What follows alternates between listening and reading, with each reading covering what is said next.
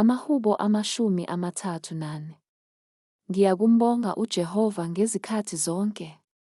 Ukudunyiswa kwakhe kuyakuba semlonyeni wami njalonjalo. Umphefumulo wami uyakuzibonga ngoJehova. Abathobekileyo bayakukuzwa, bajabule. Mthuseni uJehova kanye nami. Siphakamise igama lakhe kanye. Ngamfuna uJehova, wangiphendula. Wangikhulula kulo lonke uvalo lwami. Babheka kuye phezulu, bakhanya. Ubuso babo abusoze bajabha. Nasi isihlupheki esakhala. uJehova wezwa.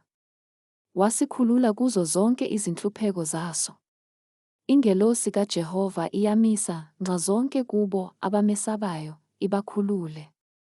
Yizwani nibone ukuthi uJehova muhle. Ubusisiwe lowo muntu ophephela kuye. Mesabeni uJehova nina bangcwele bakhe. Ngokuba abasweli lutho abamesabayo. Amabhongo ezingonyama ayaswela, alambe. Kepha abafuna uJehova abayikuswela lutho oluhle. Zanini, bantwana, ningilalele. Ngiza kunifundisa ukumesaba uJehova. Ngumuphi umuntu othanda ukuphila? Ofisa izinsuku zokuba abone okuhle na?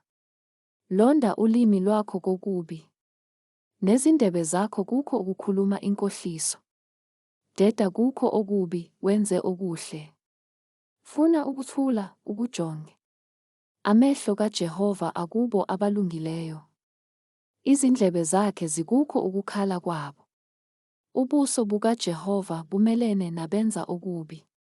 Ukuba achithe ukukhunjulwa kwabo emhlabeni. Labo bayakhala, uJehova uyezwa. Uyabakhulula kuzo zonke izinhlupheko zabo. uJehova useduze nabo abanenhliziyo eyaphukileyo.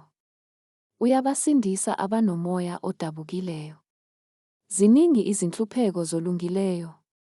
Kepha uJehova uyamkhulula kuzo zonke. Uyawagcina onke amathambo akhe. Alaphulwa nelilodwa kuwo. Okubi kuyakumbulala omumbi.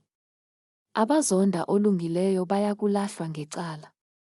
uJehova ukhulula umphefumulo wezinceku zakhe.